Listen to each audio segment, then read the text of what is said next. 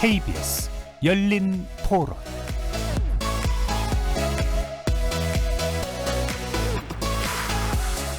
안녕하십니까. KBS 열린 토론 정준희입니다.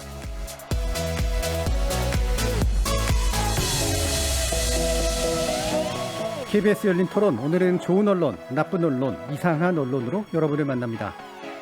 제20대 대통령 선거를 6개월 정도 앞두고 각 정당 대선 예비 후보들에 대한 검증 문제가 화두로 떠오르고 있습니다.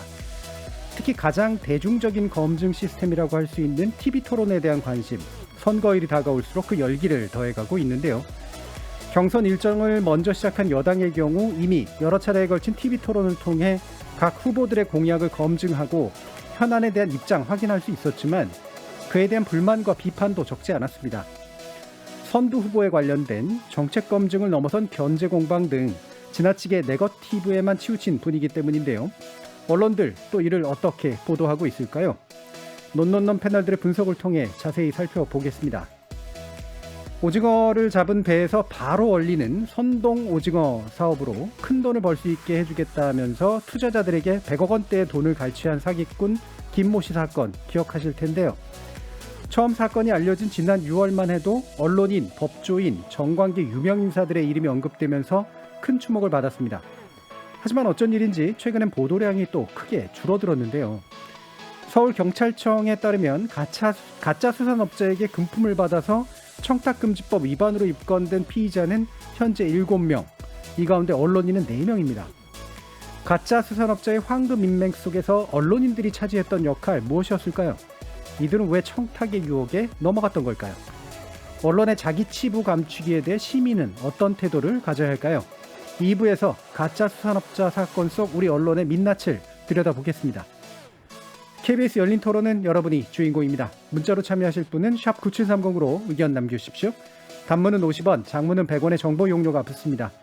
KBS 모바일 콩, 트위터 계정 KBS 오픈, 그리고 유튜브를 통해서도 무료로 참여하실 수 있습니다. 일라디오 이제 콩에서 보이는 라디오로 만나실 수 있습니다. 시민 논객 여러분의 뜨거운 참여 기다리겠습니다. KBS 열린 토론 지금부터 출발합니다.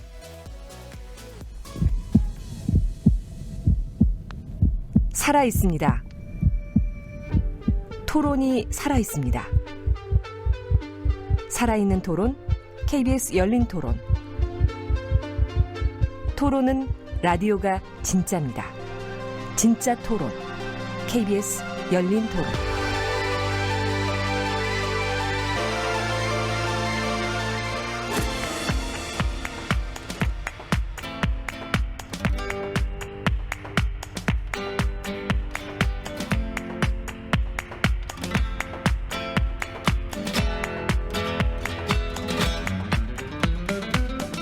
좋은 언론, 나쁜 언론, 이상한 언론?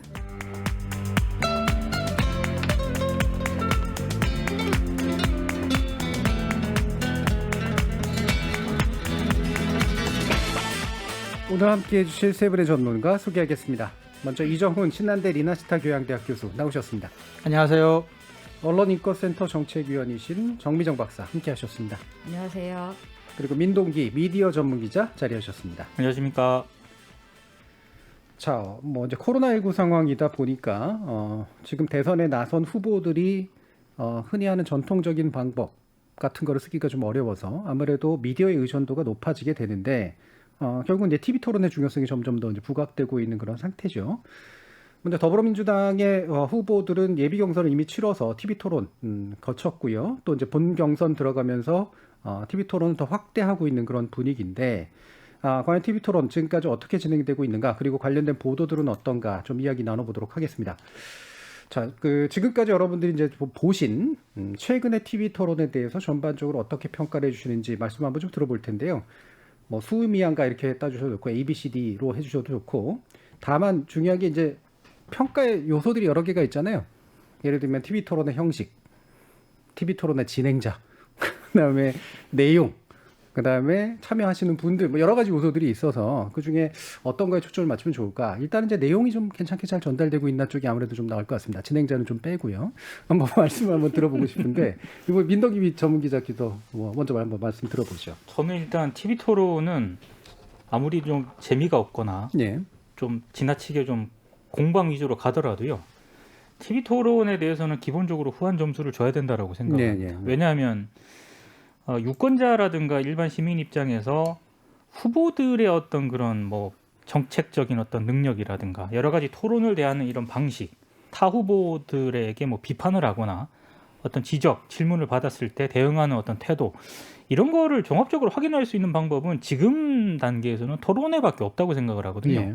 근데 이제 이게 최근 들어서 이제 최근뿐만이 아니라 뭐 토론회가 이렇게 격하게 진행이 될 때마다 토론회 무용론 이런 걸 주장하는 쪽이 있기 때문에 저는 일단 기본적으로 수미양가로 따지면은 기본적으로 우 정도는 줘야 된다라고 생각을 하고요. 예. 다만 지금은 예비 경선이지 않습니까? 후보가 좀 많아요. 후보가 좀 많다 보니까 각 후보들의 어떤 그런 발언 시간이라든가 이런 게 상당히 좀 제한적일 수밖에 없고요. 그러다 보니까 뭐 하고 싶은 말이라든가 어떤 정책적인 어떤 그런 비교 이런 거를 하는 거는 조금 근본적으로 한계는 있는 것 같습니다. 근데 예. 이제 이런 문제들은 제가 봤을 때 어떤 정말 각 정당 간의 어떤 본 경선 그쪽으로 가게 되면 어느 정도 좀 완화될 수 있는 그런 문제라고 보고요. 저는 그런 측면에서는 아직은 굉장히 좀 후한 점수를 주고 싶습니다. 예. 지금 저희 커뮤니케이션학이나 언론학에서 사실 TV 토론 같은 게 이제 정치를 지나치게 결정하는 문제를 가지고 정치의 미디어화다 뭐 이런 식의 얘기도 하면서 비판적인 시각이 있었는데 방금 민 기자님 말씀처럼 이제는 TV 토론이라도 좀 잘해야 되는 그렇죠. 그런 상태가 되다 보니까 아무래도 일단은 후한 관점에서 좀 바라봐 주신 것 같습니다. 그러면 이정훈 교수님은 어떠세요? 저도 근데 저는 이제 두 가지 생각을 동시에 하고 있는데요. 일단 현실적으로 이루어지고 있는 TV 토론의 뭐 내용 그리고 후보자들의 발언 뭐 이런 것들을 아주 냉정하게 평가하기는 저도 민동기 기자님도 말씀도 있었지만 좀 그건 조금 여러 가지 한계는 있는 것 같고 또 코로나 방금 말씀하신 상황 때문에 그나마도 정책이나 후보자의 목소리를 들을 수 있는 기회가 뭐 이것 정도밖에 없기 때문에 박하게 점수를 주어서는 안 된다는 생각도 있는 반면에 그래서 개별 토론이 아니라 우리나라에서 이제 뭐 공직자 선거법에 의해서 이제 이루어지는 것이긴 하지만 우리나라에서 이루어지고 있는 TV 토론 자체가 갖는 약간의 한계 같은 것들도 저는 좀 분명해 보여서 저도 뭐 우, 미 사이에서 조금 왔다 갔다 하고 있는 정도입니다. 네. 우에서 미 사이. 그러니까 기본적인 네. 한계 때문에 아무래도 그럴 수밖에 없다는 네네네네. 말씀이신 거죠? 네. 정민정 박사님.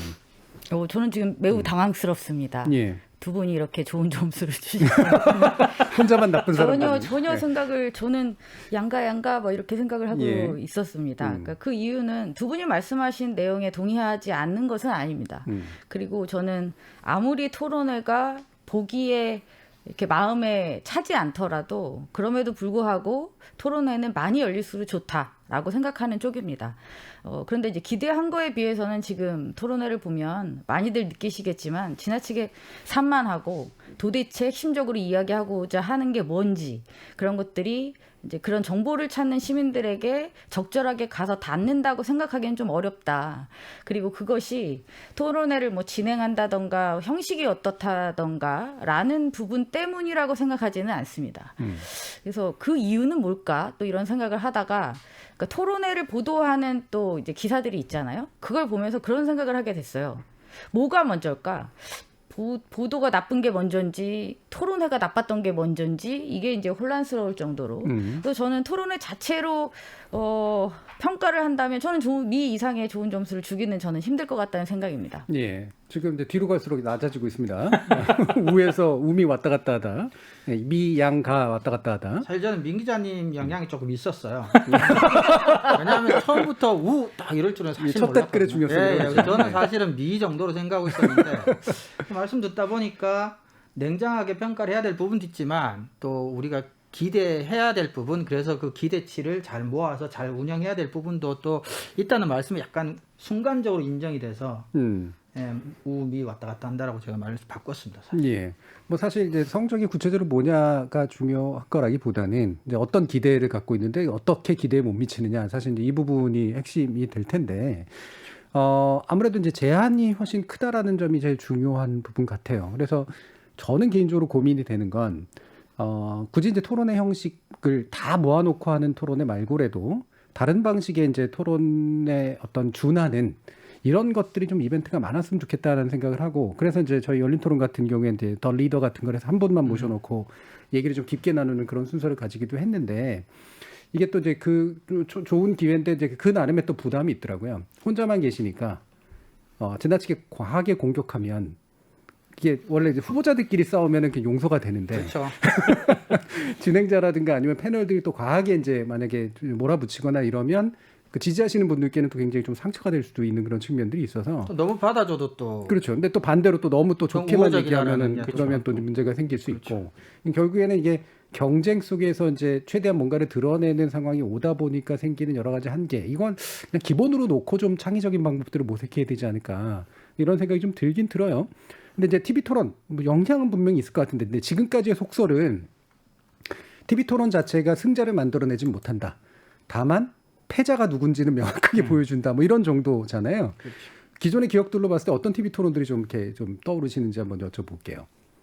저는 아주 오래 전인데요. 몇 년도인지도 기억이 안 나는데 이인재 후보가 대선 토론에 나왔던 97년? 당시에 기억하세요? 이인재 후보가 당시 이제 떠오르는 별이었죠. 예. 그래서 여론조사에서도 굉장히 높은 퍼센테이지를 차지하고 막 승승장구한다 이랬었는데 TV 토론에 나와서 이제 토론을 하고 끝났을 때 평가가 제가 생각할 땐 정말 헛웃음이 나는 평가였어요. 왜냐하면 이 사람이 다른 후보자들이 비해서 상대적으로 젊었던 거예요. 근데 이 젊은 사람이 노인네들을 지나치게 무례하게 공격을 하는 것이 아니냐. 되바라졌다, 무례하다, 뭐 이런 평가가 나오면서 이게 또 영향을 어느 정도 미치더라고요. 그래서 저는 그 기억이 굉장히 오랫동안 이 기억을 가지고 있습니다. 예. 네. 그 2012년에 이정희 후보도 그런 케이스가 그렇죠. 됐죠. 약간 박근혜 비슷한 후보에 케이스죠. 대해서. 네. 저는 굉장히 상징적인 어떤 그런 토론회였는데요.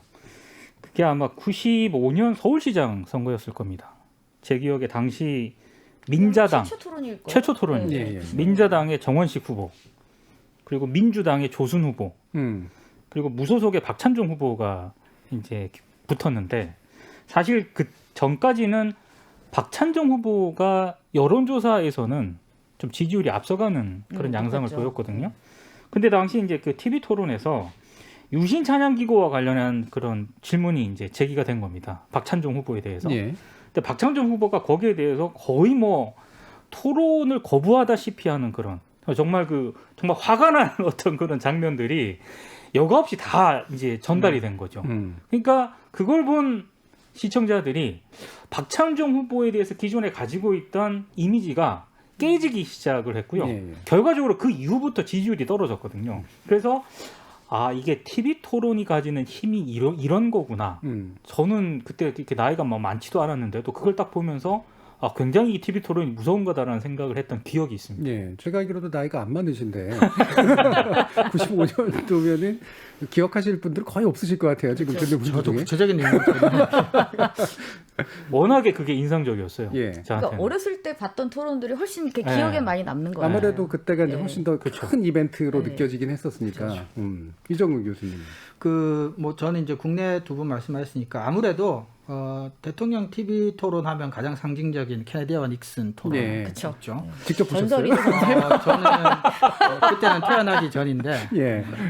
사실은 이제 수업이나 교육 때문에 저는 이제 그렇죠. 동영상으로 통해서 이제 보긴 했지만 그리고 사실 이게 굉장히 상징적인 의미가 몇 가지 있지 않습니까? 그러니까 우리가 이제 TV 토론의 장점도 얘기하지만 사실은 나중에 그게 이제 가장 큰 문제점으로 지적된 뭐 이미지 정치화 된다라는.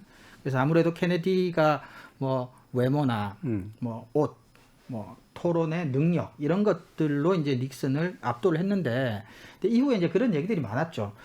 그 외모도 사실은 뭐 연구 결과에 따르면 대다수의 미국 유권자들이 외모를 가지고 투표를 한다는 결과가 많아요. 네네네. 뭐 그렇긴 하지만 어쨌거나 그런 것들은 토론 능력까지도 사실은 대통령의 역량의 뭐 가장 핵심적인 건 아닌데 대통령의 역량과 다른 역량들의 그런 것으로 이제 뭐 이게 승부가 결정나는 뭐 이런 지적들이 있었는데 저는 어쨌거나 좀 이게 좀 상징적인 의미가 있어서 아직도 TV 토론 하면은 이제 이 TV 토론이 가장 먼저 생각이 납니다. 예. 사실 뭐 미국 정치, 서구 정치가 이제 그 말하는 거, 토론하는 걸 굉장히 중시하는 정치이긴 한데 또 그게 있잖아요. 그 뭐랄까요 정치의 어떤 내부 정치라고 이제 부르는 그래서 사실 닉슨이 그 내부 정치적인 관점에서 좀 더 좋은 평가를 그렇죠. 받았던 인물이잖아요. 좀 더 뭐 진지하고 그다음에 오랜 경력을 가지고 있고 식견이 있고 경륜이 있고 그런데 그 젊은 케네디한테 이제 말로 깨졌다라는 것 때문에 사실은 그런 미디어 정치다라는 그런 비판들이 있었는데 실제로 토론회 직전까지 여론조사도 예. 조금 약간이지만 좀 높게 나왔었고 네, 그랬었죠. 근데 이게 이제 그런 고민이 들어요. 그 저도 이제 말을 잘한다고 토론 잘한다고 그 사람이 정치를 잘하거나 대통령 자격이 있거나 이렇지는 않다고 이제 물론 생각을 하는데 요즘엔 그래도 기본은 해야 되지 않나 이런 생각 같은 게 되게 많이 좀 들거든요. 많이 듭니다. 그렇죠. 그 사람이 가지고 있는 적어도 기본적인 식견, 기본적인 태도, 그다음에 철학 이런 것들 정도는 최저선 정도는 좀 그렇죠. 깔아주는 측면은 좀 있는 것 같아서 좀 좋은 의미로 좀 받아들일 필요도 있지 않은가라는 생각이 들고 이게 또 일반화되다 보니까 사실 검증의 기회라는 게 그렇게 많지가 않아서 그렇죠. 그거를 되도록이면 많이 겪은 사람이 좀 더 나은 것 같긴 해요. 적어도 잘 안 겪은 사람보다는. 자 그러면 언론 보도 행태 좀 살펴볼 텐데요. 자 나쁜 보도 민노 기자님이 골라주셨네요. 이 사실 나쁜 TV 토론이라든가 이런 거와 관련된 그 기사는 이게 전형적이거든요. 그러니까 요약하거나 혹은 토론의 내용 중에 이걸 몇몇 강조하고 싶은 부분을 발췌해가지고 이렇게 대립하는 구도로 쓰는 형식이기 때문에 사실 이게 좋은 보도도 그렇고 나쁜 보도 꼽기가 그렇게 쉽지는 않은데요.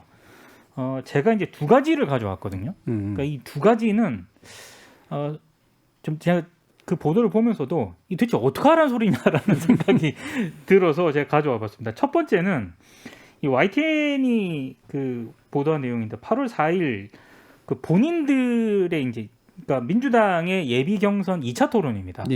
그때 YTN 토론의 제목이 민주당 대선 주자 토론 약해졌다 이렇게 물음표가 붙었고요. 오늘 YTN 토론회 이런 제목을 달았거든요. 근데 이 내용이 뭐냐면은 1차 토론회에서 민주당 그 예비 경선 후보들 간의 공방이 굉장히 약해졌다. 그러니까 상당히 좀 이재명 지사하고 다른 후보들 간에 뭔가 굉장히 거센 공방이 오갈 줄 알았는데 이재명 지사가 막 거세게 대응을 안 했거든요. 그러니까 약해졌다는 그런 평가가 있다. 그러면서 이 리포트 보면은 이번에는 과연 2차 토론에서는 거센 어떤 그런 공방이 이루어질 수 있을지 관심을 모은다 이런 취지로 이제 끝을 맺습니다. 어떻게 보면은 굉장히 그냥 무난하고 그냥 일반적인 리포트인데 저는 이 리포트를 보면서 그러면 뭐 더 격하게 싸우는 어떤 그런 거를 YTN이라든가 우리 언론들은 바란다는 건지 좀 어떤 맨날 하는 얘기가 있지 않습니까? 정책 토론 좀 하라고. 신상 공격이라든가 이런 네거티브 하지 말고 정책 토론을 하려면은 조금 차분한 분위기에서 근거를 가지고 이제 서로 비판을 하고 지적을 하고 또 공방을 하고 이런 게 필요한데 이 리포트 내용을 자세히 보면은 그런 거를 바란다는 느낌은 제가 못 받았거든요. 이 리포트에서 YTN이 강조하고 싶었던 건 뭘까? 뭔가 굉장히 좀 보도하기에 섹시한 어떤 그런 거를 바라나 이런 생각이 하나 들었고 또 하나는 이 연합뉴스가 보도한 건데요. 이제 8월 17일자에 보도한 건데 이건 이제 4차 토론 기사를 다루고 있습니다. 근데 제목이 이래요. 궁예, 놀부, 삽질, 이재명 협공 이어진 여토론회 이런 제목입니다. 근데 이 기사는 정말로 그 4차 토론회에서 나왔던 후보들 간의 여러 뭐 거센 공방은 물론이고요.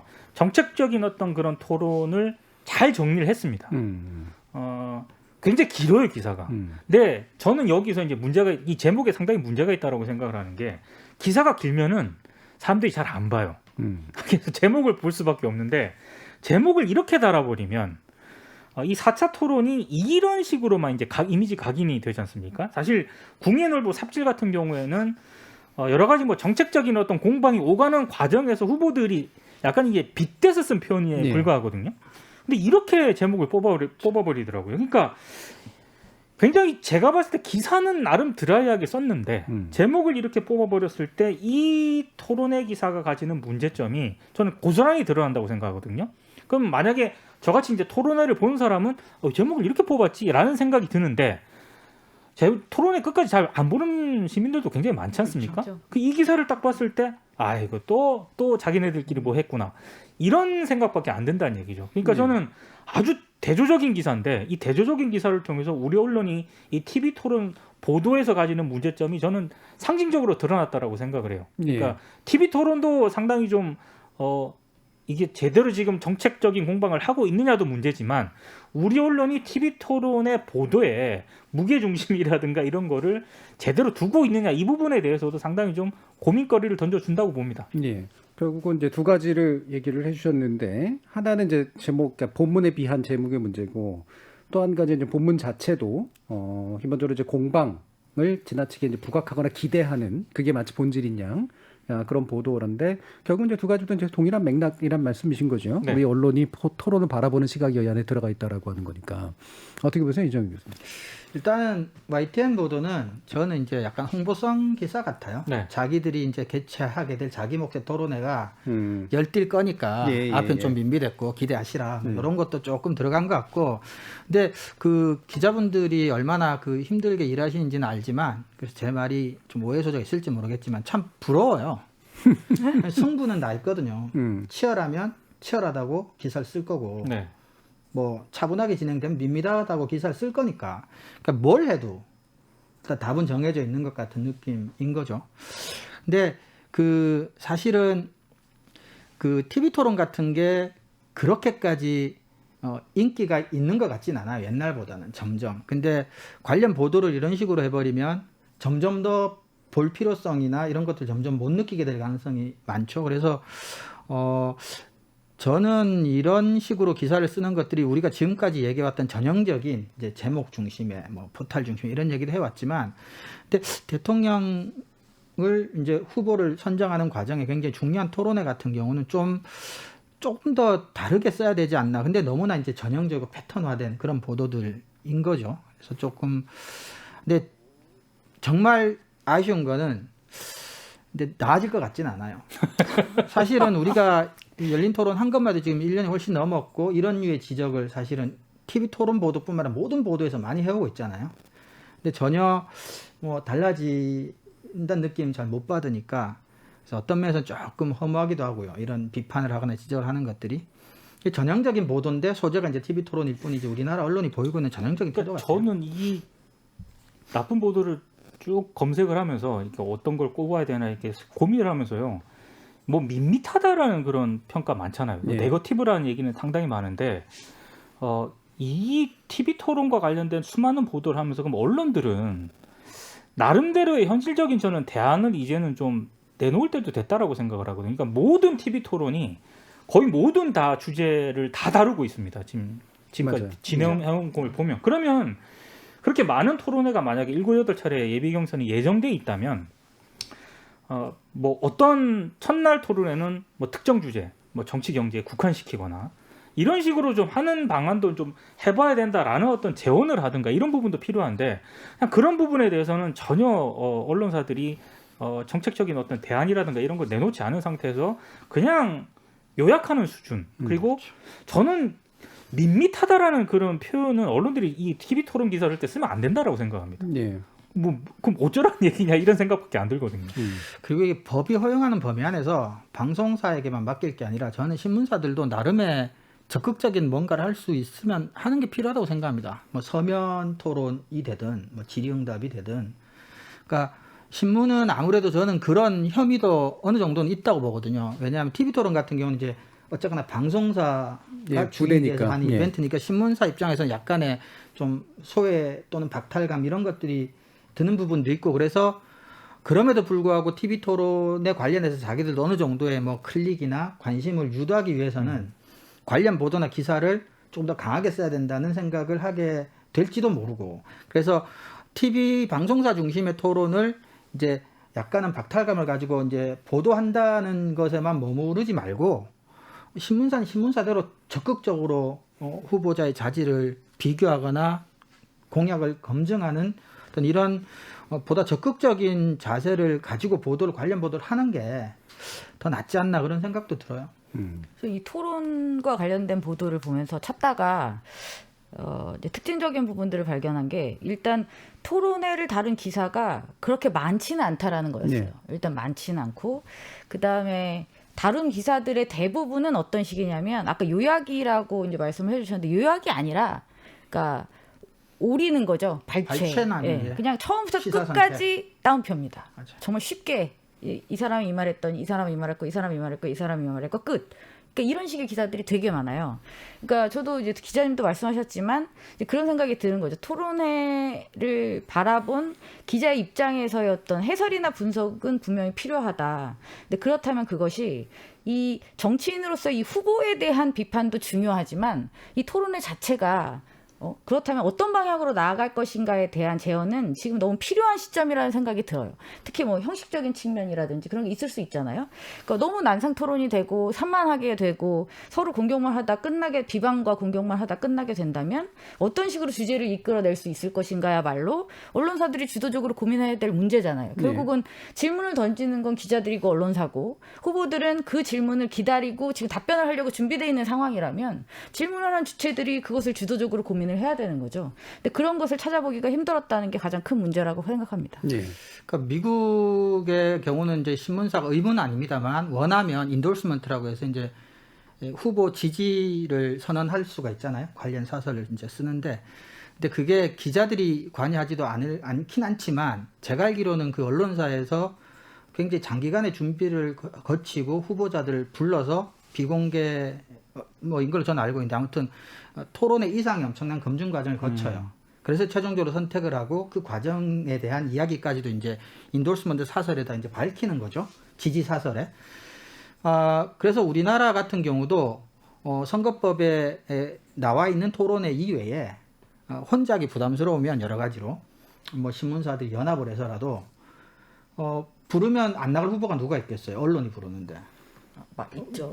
아니 그러니까 이게 안 나오는 후보들 좀 생각나긴 합니다. 예. 스스로 아니 집단적으로 이제 안 나가려고 할 그 거예요. 경우는 이런 예비 경선 정도 아니라 이제 각 당에서 후보가 확정된 상태에서 인도스먼트를 하는 거니까 예. 그 상태에서 예를 들면은 그거를 피한다라고 하는 거는 명분도 없을 뿐더러 그렇게 해서 그게 이제 인도스먼트까지 가는 거는 여러 가지 다른 선거법의 개정 사항이 필요하겠지만 그런 정도의 좀 심도 깊은 것들을 신문사들은 스스로도 뭔가 자기들이 주체적으로 좀 실해볼 수 있는 것들은 법이 허용하는 범위에 충분히 있지 않을까. 제가 봤을 때는 이게 선순환 구조가 안 되는 것 같아요. 그러니까 TV 토론이 있으면 대부분 발췌하거나 요약하거나 그렇다니까요. 그 토론의 분위기가 어땠다라는 어떤 보도만 굉장히 많거든요.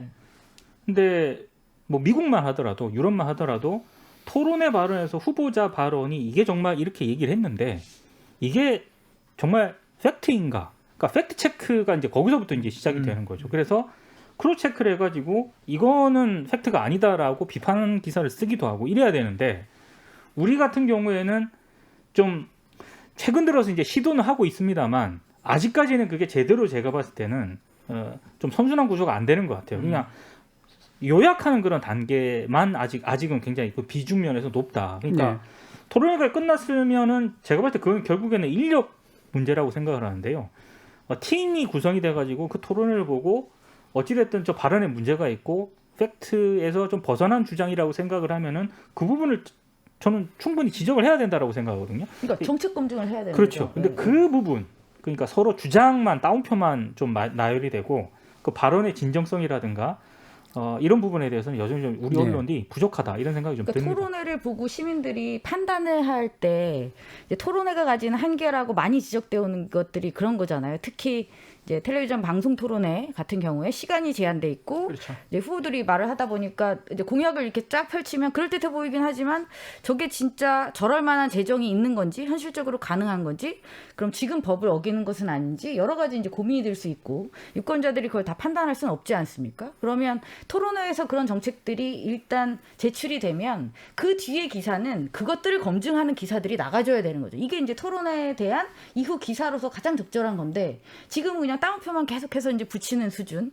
그다음에 토론회를 그나마 분석했던 기사는 지금 민 기자님이 말씀해주신 아까 그 정도의 수준인 거죠. 그러니까 너무 안타까운 게 우리나라는 우리가 이제 한번 다룬 적도 있지만 뭐 디지털 퍼스트니 우리나라가 말하는 디지털 대응이라는 게 디지털은 짧게 스낵주에 뭐 취향 중심의 흥미 중심의 기사를 쓴다. 그리고 신문의 지면에 제대로 된 기사를 쓴다고 생각하는데 저는 약간 거꾸로인 게 예를 들어 그렇게 심도 있게 분석하면 기사량도 많아질 테고 이걸 지면에 어떻게 실려고 생각하는 저는 그런 것들이 오히려 디지털에 적합한 뉴스라고 생각합니다. 사실은.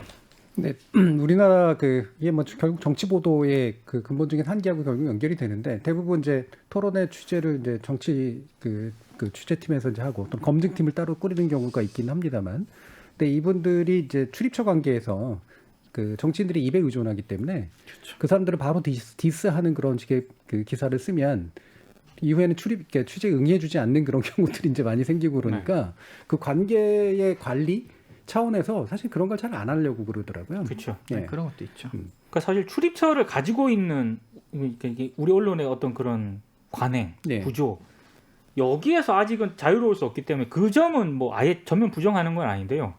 적어도 대선이 가지고 있는 여러 가지 그 영향력이라든가 이 중요성을 감안할 때 별도 팀을 저는 네. 구성을 해야 되는 거죠, 언론사에서. 그게 디지털을 활용해서 열어놓고 약간 위키적인 디지털의 특성도 있지 않습니까? 이제 투명성, 개방성이라는 의미도 있고 시민들, 유권자들의 참여를 그러니까 완전히 오픈한 플랫폼을 만들어서 혼자 하기 힘들면 여러 언론사가 연합을 해도 좋고 저는 이런 뭐 토론 또는 정책 공약 검증 같은 것들이 디지털 저널리즘의 장점을 가장 확실하게 보여줄 수 있는 몇 안 되는 저는 소재 중에 하나로 생각하거든요. 좀 더 적극적으로 그러니까 소극적으로 하면서도 클릭은 해야 되겠다는 생각에서 나올 수 있는 게 이 정도밖에 안 되는 것 같아요. 그러니까 스스로 좀 더 적극적으로 길게 장기적으로 좀 기획력을 가지고 리소스가 부족하면 연합을 해서라도 그렇게 생각 자체를 아예 바꾸지 않으면 그 저는 이게 발언 토론회에서 어떤 주장을 하더라도 언론들이 그냥 인용해서 이걸 보도를 하는데 무게 중심을 두니까 후보들도 저 그냥 이렇게 거침없이 거칠게 얘기하는 그런 측면이 있는 것 같아요. 근데 네. 만약에 그 발언에 대해서 언론들이 정말 꼼꼼하게 팩트 체크를 한다고 생각을 해보세요. 그러면 그렇게 말 조심스럽게 되죠. 한 번 이렇게 비판을 당하면은 그 다음 토론회부터는 굉장히 조심할 수밖에 없거든요. 네. 준비도 많이 해야 되고 이게 선순환 구조가 안 되는 것 같아요. 네. 최근 언론중재법 관련된 여러 가지 언론들의 논의가 많은데 사실 우리나라 그 선거법이 굉장히 좀 엄격하긴 하죠. 꼼꼼하고 촘촘하죠. 선거 시기에 이제 보도에 대해서도 사실은 이제 문제 삼으려면 충분히 문제 삼을 일들이 이제 굉장히 많아서 이거를 싫으면서도 어쩔 수 없이 응하고 있는 건지 어차피 그런 김에 대충 하자라고 하는 건지 잘 모르겠습니다만 결과적으로는 법제 그다음에 언론의 어떤 그 뭐 출입처 관계라든가 이런 것들이 좀 복합적으로 얽히면서 사실은 정작 밋밋한 건 검증의 밋밋함에 더 가까운 것 같아요. 그죠? 자, 이상한 보도 이정훈 교수님.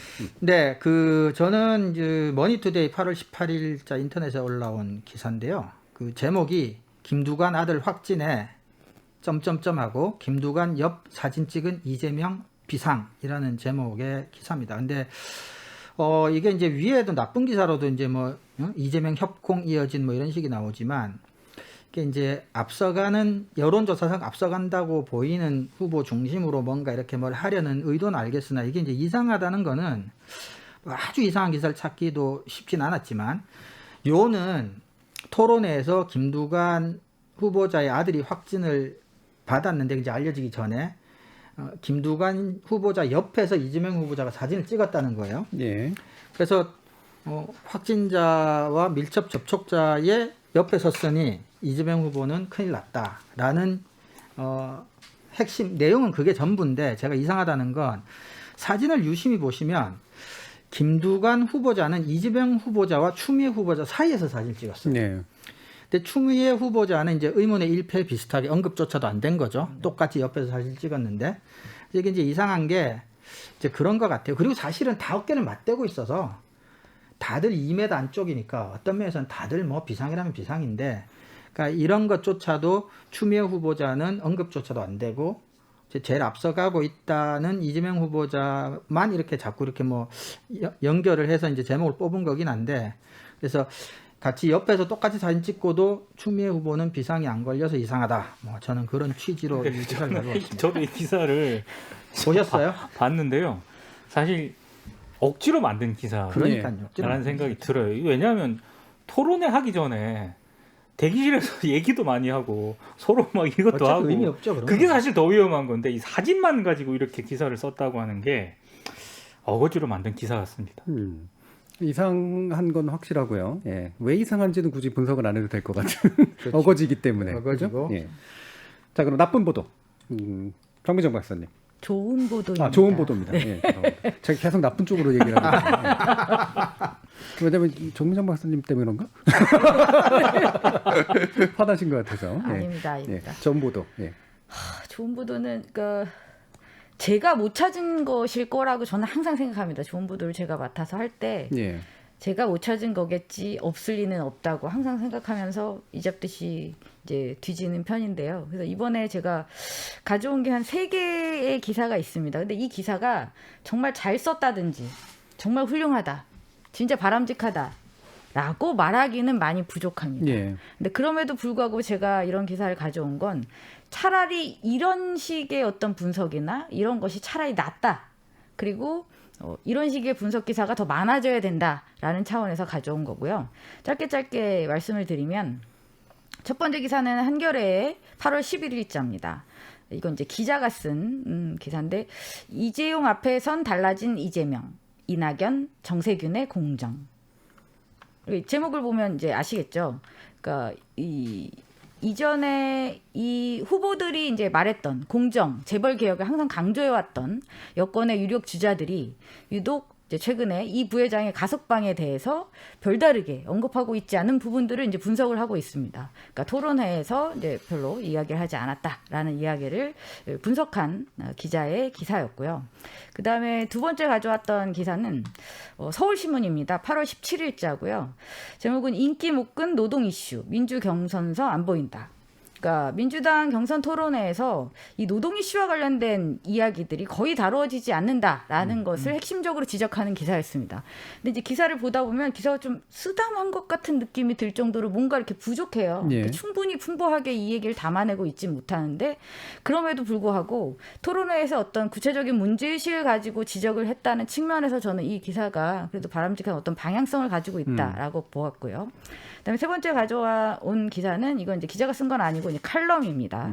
한겨레의 8월 24일자 칼럼인데 민주당 경선에 없는 2가지 이야기라고 해서 경선 토론회를 이제 1차 때, 2차 때, 3차 때 뭐 이런 것들을 다 포괄해서 그 중에 노동 이슈에 대한 어떤 논의가 없다. 관심도 없어 보인다. 그리고 두 번째는 재벌개혁 관련 이슈도 거의 다뤄지지 않는다. 라는 부분에 대해서 문제 제기를 하는 그런 칼럼이었습니다.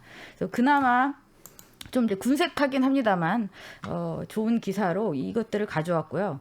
네, 제가 이걸 찾다가 이제 생각난 게 있어서 사실은 이 부분을 말씀드리고 싶었어요. 탄소 중립에 대한 민주당 후보들의 입장을 7월 27일자에 다수의 언론이 이제 보도를 합니다. 근데 이건 이제 왜 이렇게 된 거냐면 7월 27일 이제 당이 주최한 탄소 중립 공약 발표회라는 이제 이벤트가 있었고 이때 민주당 경선에 나선 후보자들이 각자 준비한 동영상을 통해서 이 탄소 중립 2050 선언 계승을 다짐하면서 공약을 이제 발표한 거죠. 그러니까 일종의 이제 이벤트였고 그러다 보니까 서로 동시에 앉아서 토론을 한 것들은 아니었지만 이게 민주당의 핵심 공약이다 보니까 당이 주요 정책에 대해서 공식적인 자리를 마련함으로써 이 후보들이 또 그것에 대해서 아주 좀 짧지만 압축적인 공약들을 발표할 수 있는 기회도 되었고 그리고 다수의 보도가 또 나왔다는 거죠. 그러니까 저는 이 정치인들의 어떤 말, 그 다음에 이제 보도를 하는 어떤 이런 지금 많이 문제 제기하고 있는 어떤 경향들에서 뭔가 바람직한 방향으로 끌어가기 위해서 정치가 보도가 천편일적으로 나쁘더라도 정치가 어떤 바람직한 보도의 방향을 일부 이끌어 나갈 수 있는 가능성은 분명히 이런 식으로도 존재할 수 있다.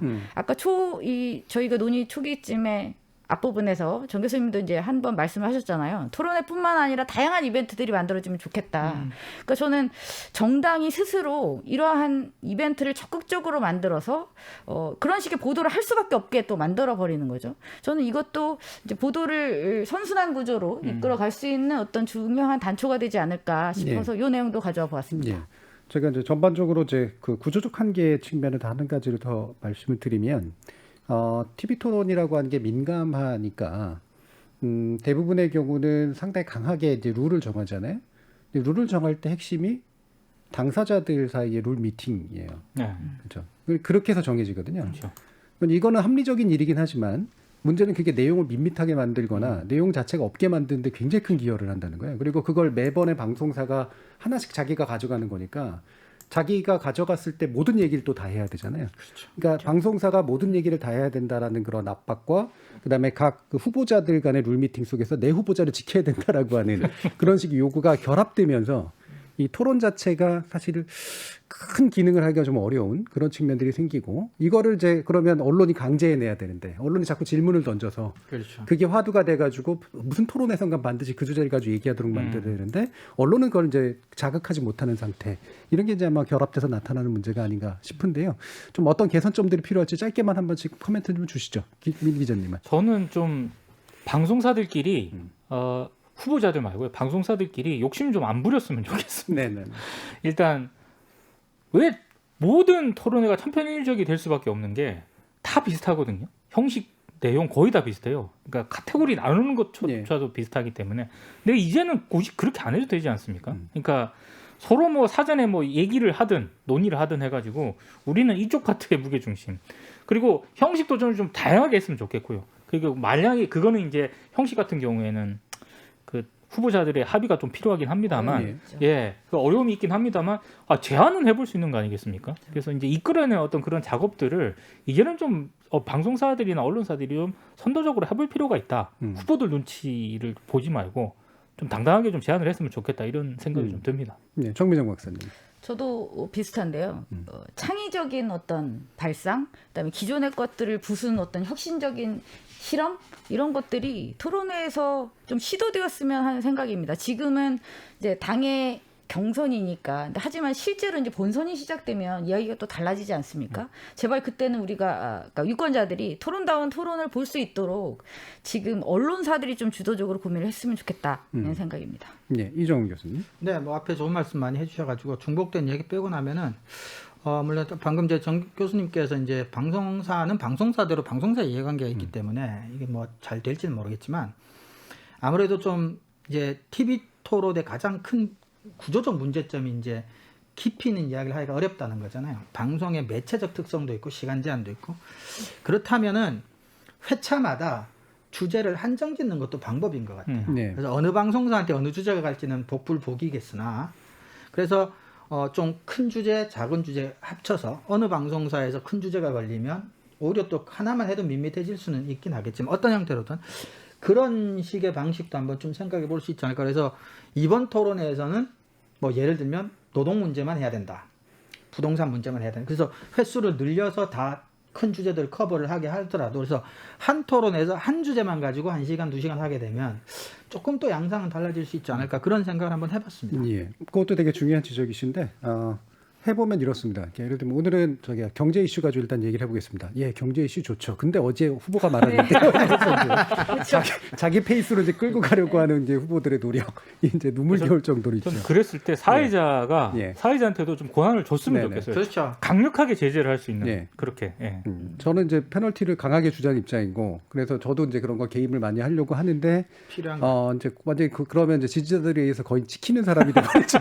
이제 불공정하다. 이건 사실은 핵심은 중앙선관위가 저는 가지고 있다고 봐요. 네. 그러니까 선거를 우리나라 선거법은 무탈하게 중립적으로 관리한다는 그렇죠. 생각이 너무 강해서 너무 촘촘하고 너무 꼼꼼하고 쓸데없이 너무 규제적이에요. 네. 그래서 이런 것도 조금 선관위가 어느 정도는 그렇죠. 조금은 좀 문을 좀 법적으로 조금은 문호를 조금 더 넓게 열어줘야 언론사들도 조금은 여러 가지 창의성을 발휘할 수 있지 않을까 그런 생각도 듭니다.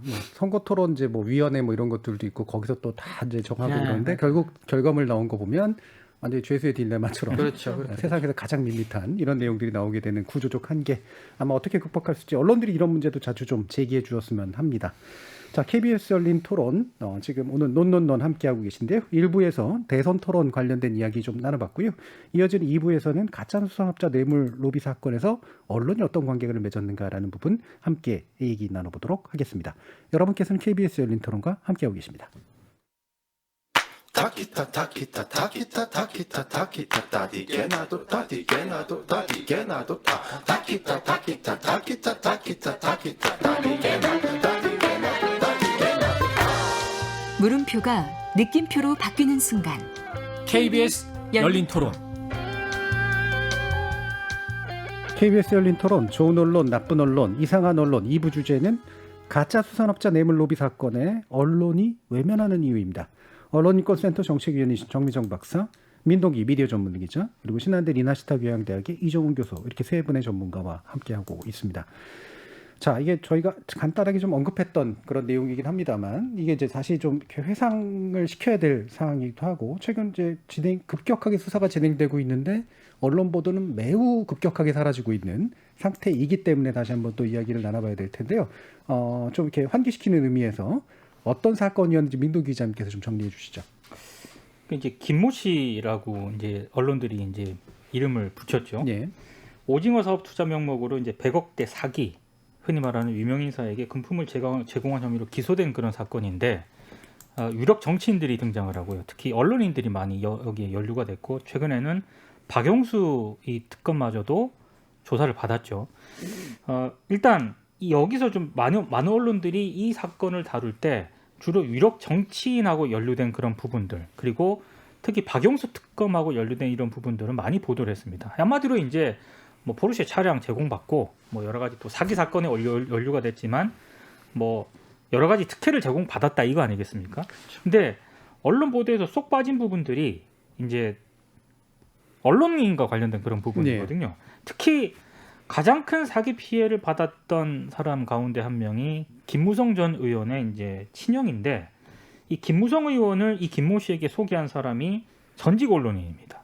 이것도 좀 이상한 그런 대목이고, 그리고 이 김모 씨가 가짜 수산업자가 감옥에서 만난 언론인 출신 수감자였다는 점에서 또 문제가 됐고요. 그리고 여러 가지 인맥을 통해서, 그러니까 검찰이라든가 정치권, 언론계의 이 가짜 수산업자라고 통칭되어지는 김모 씨가 사람들과의 관계, 인맥을 쏟는데 중간 다리 역할을 하고 지렛대 역할을 한 것 역시 언론인들이었다는 거. 이제 이게 굉장히 큰 문제였고, 최근에 이제 언론 보도를 통해서 실명이 공개된 사람은 엄성섭 TV조선 앵커.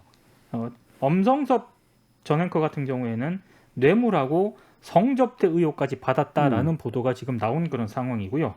그리고 TV조선 기자, 뭐 일부 언론이 또 실명을 공개하기도 했는데,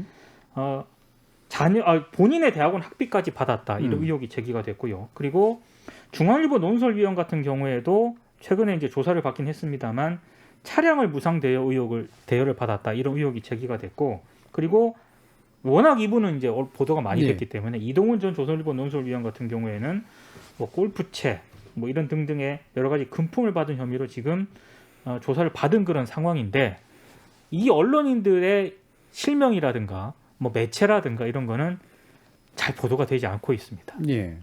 뭐 이건 이제 뻔한 문제긴 합니다만, 근데 그래서 이게 마치 그냥 대략 그냥 정리되고 있는 듯한 그런 느낌이지만, 사실 아직 이제 막 수사의 성과들이 좀 나오고 있는 그런 상태잖아요. 아까 이제 언급하신 분들도 이제 연루돼 있는 어떤 일정한 죄목 같은 것이 약간 언급을 해주시긴 했습니다만, 어느 정도까지 진행됐는지 좀 말씀 주시죠. 그러니까 지금 다 조사를 그럼 받은 상황이고요. 예. 이 조사를 경찰이 지금 했는데 이걸 어떻게 처리할지가 지금 정확하게 아직은 결론을 못 내린 그런 상황입니다. 그러니까 저는 이 정도 되면 만약에 이게 언론인들이 아니라면 벌써 이렇게 결론을 내지 않았을까라는 생각을 개인적으로 해보게 되는데, 일단 수사는 혐의가 지금 특정이 된 상태고, 그 혐의에 대해서 수사당국이 어떤 결론을 내린지는 아직 결론이 안 내려진 그런 상태고요. 어찌됐든 이 언론인들이 주되게 혐의를 받고 있는 거는 흔히 말하는 김영란법 위반입니다. 그렇죠. 김영란법 위반 같은 경우에는 뭐 한 번에 100만 원 또는 1년에 300만 원 넘는 금품을 받으면 처벌 대상이 되지 않습니까? 근데 언론에 보도된 어떤 그런 혐의만 보면은 충분히 위반 가능성이 있기 때문에 수사 당국이 어떤 결론을 내릴지는 조금 지켜봐야 될 것 같습니다. 예. 우리도 또 99만 9,900원으로 그렇게 할지 그건 이제 봐야겠죠. 뭐 접대 같은 경우는 그럴 수도 있는 거고. 이게 이제 그렇잖아요. 이게 뇌물죄 같은 경우에는 이제 공직자, 뭔가 직권을 가지고 있는 사람에게 이제 그게 들어가면 무조건 거는 어떤 일을 했건 안 했건 일단 뇌물이 되는 거고. 그다음에 이제 일반인들 같은 경우에는 주로는 배임이죠. 이제 자신의 직권 영역에서 누군가한테 금전적 이득을 취득해서 구체적인 행위를 해야 되잖아요. 그때는 또 그냥 받은 것만으로 되는 건 아니니까. 근데 이제 언론인은 이제 딱 한 중간에 지금 있어서 김영란법 같은 경우에는 어떤 대가를 이제 염두에 둔 채 이제 부정한 정도의 규모의 금품 내지 이득을 취했는가. 요거기 때문에 되게 좀 강한 이제 법령이긴 하죠. 그래서 결국 이제 김영란법 주로 아마 부정청탁 금지법 위주로 네. 아마 기소 내지 이제 뭐 관련된 결정이 내려지지 않을까 그런 싶은데 이런 상황들 또 우리 한번 언급들 들어보죠. 이정훈 교수님 말씀 좀 주셔보실래요? 사실은 좀 참담한 일이죠. 언론인들이 이렇게 이런 일에 연루가 된다는 것 자체가 사실은 아까 우리가 이제 99만 원 얘기했지만 99만 원 얘기가 많잖아요. 검찰 뭐 누구도 뭐 99만 원에 딱 맞춰서 근데 그게 99만 원, 98만 원의 문제는 아닌 것 같아요. 그리고 형이 확정이 돼서 유죄가 확정이 돼서 뭐 어떻게 되는 것과 그러지 않은 것의 차이는 물론 크지만 남을 비판하고 감시하는 것을 업으로 삼는 사람들이 어쨌거나 이런 일 자체가 이미 지금까지 진행된 것만 해도 저는 굉장히 심각하게 부끄러운 일이고 그다음에 최근에 여러 가지 이제 언론의 자유냐 책임이냐 여러 가지 지금 사회적인 논의 논란이 굉장히 심각한 수준으로 지금 진행이 되고 있는데 저는 이제 자유와 책임이 상호 배타적이다 제로섬 관계에 있다고 보지도 않지만 저는 진짜 언론인들이 지금보다 물론 아주 극소수의 언론이고 대다수의 언론인들은 그렇지 않겠지만 그래도 우리가 국민의 눈에 비춰지기는 뭐 특정 직업 군으로 항상 비춰지니까 저도 예를 들어 교수라는 자가 이렇게 되지 뭐 특정인 교수라고 뭐 호명이 되지는 않으니까 좀 더 책임감을 갖고 좀 해야 되지 않나 싶은 생각이 듭니다.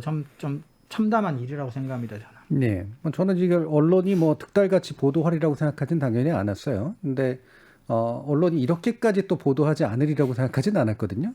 왜냐하면 요즘은 최근에는 그래도 이제 언론사도 워낙 많아졌고 그래서 뭐 예를 들면 동료니 뭐니 이런 거 상관없이 그래도 뭔가 이렇게 선전적인 주제가 되거나 뭔가 팔릴 만한 주제면 달라붙는 언론들도 일부 있는데 참 이렇게 많이 보도를 안 하잖아요.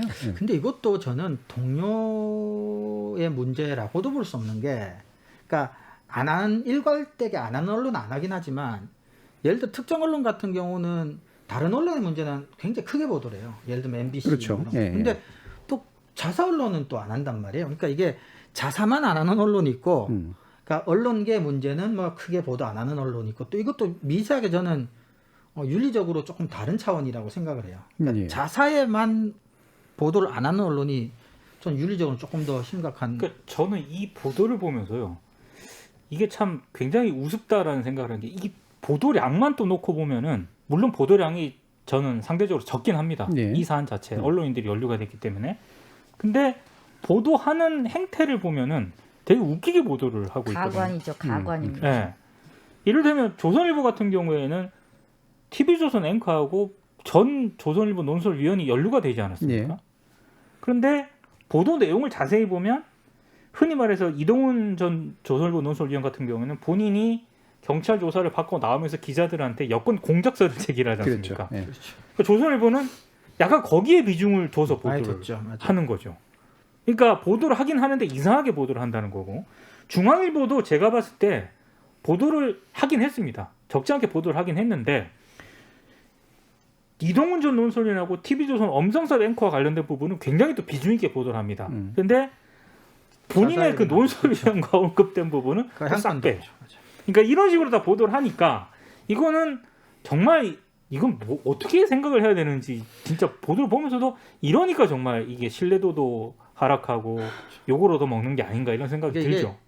그래서도 안 되는 거긴 하지만 그나마도 뭐 동업자 의리 이것도 아니라니까요. 그러니까 자사건만 보도 안 하고 있으니까. 그러니까 동업이라고 하는 거는 이제 직종의 문제가 아니라 자사 이기주의 뭐 정도 라고 이제 표현할 수가 있을 것 같은데 한숨을 쉬신 정미정 박사님은 근데 그 연루돼 있는 기자들의 소속 언론사에서 보도를 안 하는 것도 있지만 저는 전반적인 보도 행태도 이 사안을 이 사안의 심각성만큼 충분히 다루고 있지 않다고 생각을 합니다. 예. 그러니까 특히 요즘에 언론사에 대한 징벌적인 손해배상과 관련해서 많은 논쟁점이 있었고 지금도 여전히 이제 활활 타오르고 있는 그 이슈에 대해서 얼마나 많은 언론사들이 사설과 칼럼과 기사들을 쏟아내면서 반대에 힘을 합치고 있지 않습니까?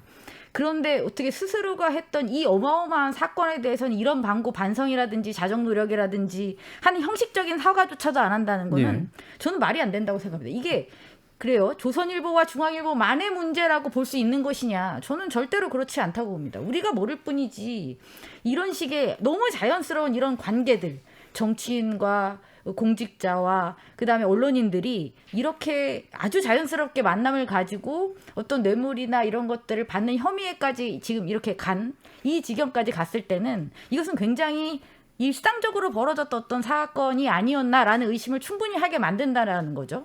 그렇다면 이런 것들에 대해서 그만큼 깊이 있는 기사들이 나와야 되는데 지금 거의 저는 다루고 있지 않다고 봅니다. 물론 이동훈 전 논설위원을 언급하는 기사들이 이 조선일보나 중앙일보를 제외한 다른 언론사에서 있긴 있습니다만 그럼에도 불구하고 턱없이 부족하고 턱없이 불충분하다고 생각합니다. 이동훈 전 논설위원 같은 경우는 윤캠프의 공보대변인으로 됐었던 시점이기 때문에 사실 집중이 됐었던 문제가 큰 것 같아요. 이게 그런 맥락이 없었다면 아마 잘 안 했겠죠. 그리고 음모설을 제기하고 그러니까 스스로가 또 이제 부추긴 면도 좀 있었고요. 부추긴 면이 있죠. 근데 그나마 이제 그 KBS에서 지난 일요일이었죠. 8월 22일 날 이제 방송했던 내용을 보면은 이제 질문하는 기자들은 어쨌든 이 내용을 그래도 좀 다뤄줬고 가장 크게 다룬 게 이제 그 MBC PD수첩이잖아요.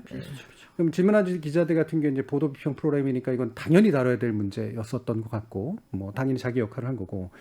PD수첩 같은 경우는 PD라서 다뤘나? 기자가 아니라서 PD라서 다뤘나? 사실 그런 문제도 분명히 있을 거예요. 있을 수 있죠. 저는 그런 측면이 좀 많다고 생각합니다. 아마 보도국에서 제작하는 프로였으면 이렇게까지 하기는 저도 아무리 MBC였지만 힘들지 않았을까. 저도 아니 그 MBC 기자의 경찰 사칭 문제는 얼마나 떠들썩하게 다뤘습니까? 그렇죠. 또 다른 언론들에서 다 난리가 났었잖아요. 그러니까 MBC 그 기자의 경찰 사칭 문제 심각하죠. 되게 심각하죠. 다뤄야 되는 그런 다뤄야죠. 문제고요. 그리고 MBC 같은 경우에는 올림픽 그렇죠. 중계 보도하는 데 있어서 굉장히 논란을 많이 빚었잖아요. 그 많은 언론들이 비판했거든요. 당연합니다. 문제가 심각했기 당연하죠. 때문에. 근데 거기에 맞먹는 수준으로 언론인들이 지금 이런 뇌물 접대 의혹이 불거진 거지 않습니까? 그것도 한두 언론이 아니고. 이것도 그에 맞먹는 수준으로 다뤄야 되는데 현격히 떨어지는 거죠. 맞먹는 수준은 훨씬 더 크게 근데 이게 훨씬 더 심각하죠. 네. 어쨌거나 취재 과정에서 윤리적으로 적절하지 못한 행위를 한 거와 이거는 취재 본업과 아무 상관없이 뇌물을 받거나 성접대를 받았다는 의혹이기 때문에 이거는 사실은 그 MBC 건과는 직접 비교하기는 힘든, 오히려 이게 훨씬 더 심각한 문제예요. 그나마 이제 자기를 하려고 하는 과정에서 생긴 문제와 그렇죠. 자기를 이용해 먹으려고 해서 생긴 완전 문제, 다른 문제죠. 굉장히 이제 질적으로 좀 다르잖아요. 완전히 다르죠. 물론 이제 더 보도가 많았던 건 외로 이제 MBC 경찰 사칭 문제였는데 저는 이 부분 또 얘기하면서 갑자기 또 생각나는 게 최근에 언론중재법 관련된 논의, 개정 논의가 있었을 때, 그러니까 이것도 이제 오해가 보통 많은데 위법한 방식으로 취재를 했을 때 손배 대상이 된다. 이렇게 이제 오해를 유도하더라고요. 근데 그게 위법한 방법을 써서 허위 사실을 조작해냈을 때 이제 배액배상의 대상이 되는 건데, 그러니까 진실을 보도했다면 사실은 전혀 이유가 안 되는 거죠. 위법은 별개로 따지는 거니까. 예를 들면은 MBC 경찰 사칭 문제는 이른바 이제 위법한 방식으로 이제 취재를 한 건데, 그 내용은 결국은 이제 뭐 김민건 씨 관련된 그런 내용을 추적하기 위한 거였기 때문에 이거는 이제 손배 대상이 이제 아니게 되는 그런 상태거든요. 근데 최근에 언론들은 이 위법한 방법 같은 거 어쩔 수 없이 써야 되는 경우들이 있는데 이게 탐사보도 가로막는다면서 난리를 쳤는데 이 사안에 대해 그 사안을 얘기하는 방식과 MBC에 대한 경찰 사칭 문제를 얘기하는 방식은 굉장히 다르단 말이에요. 사실은 동일해야죠. 동일한 문제죠. 자기들 논리대로 치면 MBC 기자는 전혀 비판의 대상이 안 되죠. 그러니까 MBC 기자를 옹호해야 된다는 얘기가 아니라 이를테면 이런 목소리로 나와야 되잖아요. 그러니까 말하기는 좀 부끄럽지만 우리가 때로는 탐사 취재를 하기 위해서 이렇게 위법한 방법을 써야 될 때가 있습니다. 라고 얘기하는 사람들을 본 적이 없었거든요. 그 당시에는. 근데 왜 지금은 이게 또 굉장히 다른 이야기로 이제 나오는가라는 것도 그때 달라요. 라고 하는 그런 분위기죠. 자, 여기서 더 한 가지 중요한 부분이 그래서 청탁금지법, 그러니까 불법 청탁금지법, 부정청탁금지법이라고 불리우는 김연한법인데 최근에 이제 그 통계치 나온 것들을 보니까 여기에서 위반 사례로 가장 많이 포착돼 있는 케이스가 그 중에 하나가 언론이에요. 네, 그렇죠. 물론 이제 대상 안에 언론이 들어갔기 때문이기도 한 것 같은데 구조적인 문제가 좀 있다고 보시나요? 실제로 이렇게 될 만한? 민동 기자님 어떻게 생각하세요? 저는 구조적인 문제로 볼 수도 있겠지만 언론인들 스스로 뭐 김영란법이 시행이 됐을 때 굉장히 반발을 하지 않았습니까? 근데 여전히 김영란법이 시행됐는데도 불구하고 그 전에 어떤 그 관행들에 대해서 스스로 뭐 반성을 한다거나 뭔가 성찰을 한다거나 이런 측면이 여전히 좀 부족한 게 아닌가 싶어요. 그러니까 저도 이 한국일보가 이 내용을 보도를 한 거를 자세히 보면서 정말 깜짝 놀랐는데, 아니 기소된 93명 가운데 금품을 받은 공직자 등이 69명인데 이 69명 중에서 언론인이 24명으로 가장 많았다는 겁니다. 예. 그러니까 말이 이게 숫자가 뭐 전체 언론인 가운데 24명이면 뭐 괜찮지 않냐 이렇게 생각하실 분들도 있긴 한데, 중요한 거는 기소된 사람 가운데 그렇죠. 직업군에서 언론인이 가장 많았다는 거잖아요. 예. 그게 무슨 얘기냐면 김영란법이 시행된 이후에도 여전히 일부 언론이긴 하지만 일부 언론인들이 그 전에 관행으로부터 전혀 문제의식을 못 느끼고 있다라는 거를 상징적으로 보여주고 있다라고 생각을 합니다. 예. 근데 이게 이제 그 민 기자님의 전반적으로 이제 당연히 동의를 하는데, 약간은 그래도 구조적인 문제가 있을 수 있다는 생각이 드는 지점은, 그 한국일보 보도에 따르면 기소된 언론인이 24명으로 1위이긴 한데 그 중에 이제 23명이 지방 언론사 소속이라는 거죠. 지방 언론을 제가 뭐 폄훼하거나 무시한다는 뜻이 아니라, 그러니까 일부 지방 언론의 어떤 경영 상태나 운영하는 방식이나 이런 것들을 보면 우리가 과거에 60, 70년대 사이비 언론이라고 불렀던 그런 것들과 유사한 행태들이 아직도 여전히 많이 남아 있고, 좀 그런 쪽에서 문제가 된 기자들이 조금 많이 포함되어 있다면, 한국 언론의 구조적인 문제 중에 하나인 지역 언론의 어떤 그런 영세성이라든지 시장 뭐 이런 것들의 구조적인 문제도 어느 정도는 조금 포함되어 있지 않나 저도 싶어요. 이제 약간 그 부분은 고민이 되는 지점이긴 한데요. 이게 지역 언론의 어떤 영세성이라는 그런 측면이 과연 김영란법 위반의 큰 이유가 되는 것인가? 사실 저는 약간 거기에 대해서는 좀 반신반의하는 편입니다. 왜냐하면 주로 이제 이게 수사당국이 지역 언론인들에 대해서는 굉장히 좀 엄격한 잣대를 들이대는 반면에 예. 흔히 말하는 힘 있는 영향력 있는 이 수도권에 포진되어 있는 이런 언론인들에 대해서 같은 기준을 과연 적용하고 있느냐에 대해서는 저는 솔직히 의문입니다. 예. 그러니까 이렇듯 미정 교수님이 이제 구조적 문제로 찍으신 건 지역 언론이 참 배고프고 그러니까 어쩔 수 없이 이런 일을 한다가 아니라, 그렇죠. 자격이 안 되는, 사실 뒤집힌 거죠. 그러니까 그러니까 자격도 안 되는 언론들이 언론 행위를 하기 위해서 사실은 언론사를 만든 게 아니라, 그렇죠. 예. 이런 일을 하기 위해서 이렇게 하기 위해서 이제 언론사를 만들어는 어떤 지금 현재 그렇죠. 시장 구조, 이제 네, 아마 이 그걸 부분에 좀 더 맞습니다. 가까운 것 같아요. 그리고 그렇죠. 방금 민 기자님께도 지적해 주셨지만 실제로 중앙 언론인데 적발되어야만 했으나 적발되지 않은 케이스는 사실 굉장히 많이 숨어 있을 거라고 좀 생각을 하거든요. 맞습니다. 그거. 왜냐하면 강한 권력적 연합을 가지고 있기 때문에 이 카르텔은 스스로를 드러내지 않기 때문에. 그럼요. 따라서 이제 굉장히 부정적 동맹들이 굉장히 강하면 강할수록 오히려 드러나지 않을 가능성도 있고, 그 일단이 이번에 가짜 수산업자 사건 같은 것이었기 때문에, 그래서 또 이제 중앙 언론에 관련된 이게 이제 지방 언론만의 문제일까라고 의심도 충분히 해볼 수 있는 그런 그렇죠. 일인 것 같아요. 저는 그 언론인 24명 중에 23명이 지방 언론사 소속이다. 이걸 보는 순간 저도 민 기자님이랑 비슷한 생각했어요. 예. 잔챙이만 걸렸네. 음. 아니 그렇지 않습니까? 그리고 이 지방 언론사 같은 경우에 분명 여기서 이제 트러블이 발생을 했겠죠, 업체랑. 그렇죠. 예. 그러니까 이게 드러난 거지.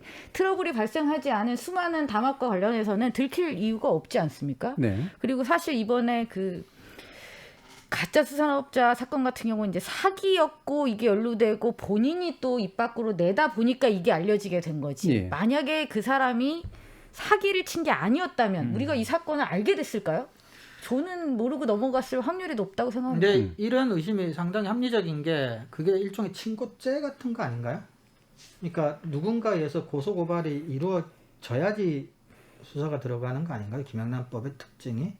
이제 친구라고 부를 필요도 없이 어쨌든 고소고발이 이루어야지 당연히 대부분의 그렇죠. 경우는 수사가 시작이 되는 거고, 대신 인지가 이제 있을 수가 있죠. 수사 과정에서 드러나는 문제가. 그래서 그래서 제가 뭐 이 초창기 때 우스갯소리, 뭐 법에 대해서 우스갯소리 하면 안 되긴 안 되지만 일부 그러니까 친한 단골을 확보해 놓고 그 식당에서 영수증을 예를 들어 얼마 이상 먹었으나 그 밑으로 끊어주게 하면, 그리고 거기서 고발만 안 하면 누가 고발만 안 하면 문제가 안 된다 뭐 이런 식의 것들이었기 때문에 그래서 이제 중앙의 큰 언론이나 중앙의 큰 권력자들이 문제가 안 된다는 건 아무튼 뭐 그렇게 드러나지 않으려면 드러나지 않을 방법들은 굉장히 많아 보이더라고요. 그러니까 이게 사실 이제 김영란법 도입 이후로 언론사들의 취재 관행, 특히나 이제 뭐 큰 방송사나 큰 언론사들 같은 경우에는 좀 더 조심하려고 하는 분위기가 생겨서 확실히 새로운 어떤 사내 가이드라인도 만들고 그다음에 뭐 취재 대상자하고 밥 먹거나 이럴 때 되게 조심하라라든가 이런 것들을 만들어서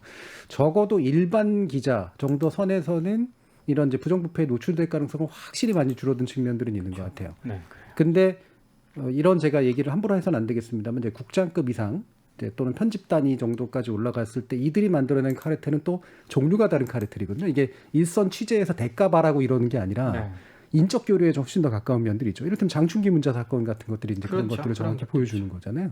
그래서 뭔가 상위 그룹이라고 스스로 생각하고 하이 소사이어티 간에 서로 도움을 주고받는 관계 정도로 생각하는 경우들이 굉장히 많거든요. 그리고 가짜 수산업사 사건들의 그 내용들을 자세히 보시면 그냥 나는 돈 달라고 돈 주고 이런 식의 문제가 아니라 사실 굉장히 중요한 상부상조 관계를 구축하는 과정의 일환이었던 것 같아요. 근데 다만 가짜 수산업자가 좀 이상한 그렇죠. 이 높은 분들이 보기에는 일반적인 종류의 사람은 아니었던 거죠. 그래서 이제 드러나게 된 면들이 좀 크지 않았나 이렇게 생각이 드는데 뭐 이게 이제 단지 윤리 문제는 이제 넘어서는 거잖아요. 그러니까 윤리적인 것들 넘어서 이건 법적인 어떤 처벌에 관련된 문제이기 때문에 혹시 민 기자님은 뭐 기자 생활을 오래 하셨고 또 주변에 또 기자분들이 많으시니까 여기에 대한 어떤 자각 정도랄까요? 이런 것들은 좀 어떤 것 같으세요? 사적으로 만나면은 아유 뭐 이렇게 얘기는 해요. 예. 근데 그게 어떤 회사 차원이라든가 사 차원에서 어떤 단호한 조치 이런 부분은 또 다른 영역이 되더라고요. 그러니까 저는 문제가 발생이 했고 혐의가 있고 그럼 뭐 수사 결과를 봐야겠죠. 그렇다라고 한다면은 정말로 좀 단호한 어떤 그런 조치들이 있어야 이런 문제가 발생하지 않는다라고 보거든요. 근데 그 점은 분명합니다. 김영란법 시행 이후에 언론사들이 조심하는 문화가 있고요. 그리고 많은 부분이 좀 많이 개선이 되긴 했습니다만 여전히 좀 미진한 부분들이 많기 때문에 그런 부분이 있기 때문에 계속 이 사건이 발생을 하는 거고 그거는 특정 개인의 문제는 아닌 것 같아요. 예. 예. 그리고 또 한 가지 이제 결국은 정리하면서 얘기해야 될 것이 아까 제가 하이소사이어티라는 표현을 썼습니다만 언론인들의 상층 지향성이 굉장히 높잖아요. 네. 실제로 언론인들의 연봉 수준이나 사회적 지위가 그 정도까지는 아닌데 근데 이들이 만나는 사람들은 대부분 고위공직자거나 권력자거나 또는 유력한 기업인이거나 이런 경우들이니까 의식세가 되게 비슷하거든요. 네. 노는 물도 비슷해야 된다라는 사고가 굉장히 강하다. 그랬을 때 이제 특히 그런 지향을 강하게 가지고 있는 사람들은 알게 모르게 당연히 이런 방식에 여전히 노출되거나 사실 목적적으로 뭔가 지향할 수도 있다라는 이제 그런 의구심 같은 것들이 좀 있어요. 자, 어떤 부분 좀 더 짚어주고 계시고 싶은지. 저는 일단 제가 먼저 말씀드릴게요. 네. 중요한 말이 아니라서 제가 먼저 말씀드리겠습니다. 전 궁금한 게 있어서요. 저는 이 그 수산업자를 사칭한 이 사기꾼에게 하나를 물어보고 싶어요. 예. 혹시 왜? 아니 왜는 아니요. 뭐 안 궁금합니다. 네. 알 것 같아요. 예. 그걸 물어보고 싶어요. 혹시 거절한 사람이 있었냐고. 예. 뇌물을 거절한 사람이 있었냐고. 그걸 꼭 물어보고 싶습니다. 있었으면 좋겠습니다. 아마 거절 다 못하게 하지 뭐 이렇게 얘기할 것 같긴 합니다만 예. 다 답을 해주세요, 이정훈 교수님. 근데 그냥 뭐 우스갯소리의 대상은 아니지만 조금 가볍게 뭐 말씀을 드리자면 저렇게 작심한 사람이 지금 현재 진행되는 게 4명인데 4명한테만 언론인에게만 접근했을 것 같지는 그러니까요. 않으니까 거절을 한 사람이 있었으면 있었을 수도 있지 않을까 싶은 생각도 들고 거두었어. 뭐 확신할 수 있는 문제가 아니니까요. 예. 증거가 있는 것도 아니고. 제가 아는 한 이정훈 교수님이 청렴해서가 아니라 이정훈 교수님을 이용할 만한 사람들이 별로 없어서 접근을 별로 안 당해 보셨어요. 그렇기 때문에 아마 자료가 부족하지 않을까. 저는 아까 정준희 교수님이 얘기하신 그 언론인들의 상황은 그렇지 않은데 뭔가 본인들이 그 급이 된 것 같은 그 느낌이 들게 하는 그 매개가 여러 매개가 있겠지만 최근에는 그게 골프인 것 같아요. 네, 예. 골프라고 하는 거는 그 운동 자체라기보다는 골프라는 사교죠. 모임을 통해서 사교를 많이 하거든요. 저는 그래서 언론인들이 골프를 자주 치고 이러는 거에 대해서는 좀 경계를 해야 된다라고 생각합니다. 예. 제가 골프 안 치는 중요한 이유입니다. 네. 자, KBS 열린 토론.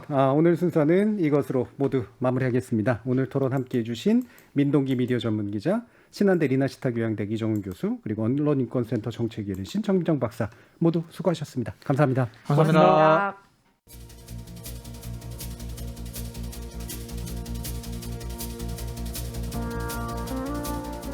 부정청탁금지법 일명 김영란법이 처음 도입될 때 규제 대상에 언론인을 포함시키는 것을 두고 말이 많았습니다.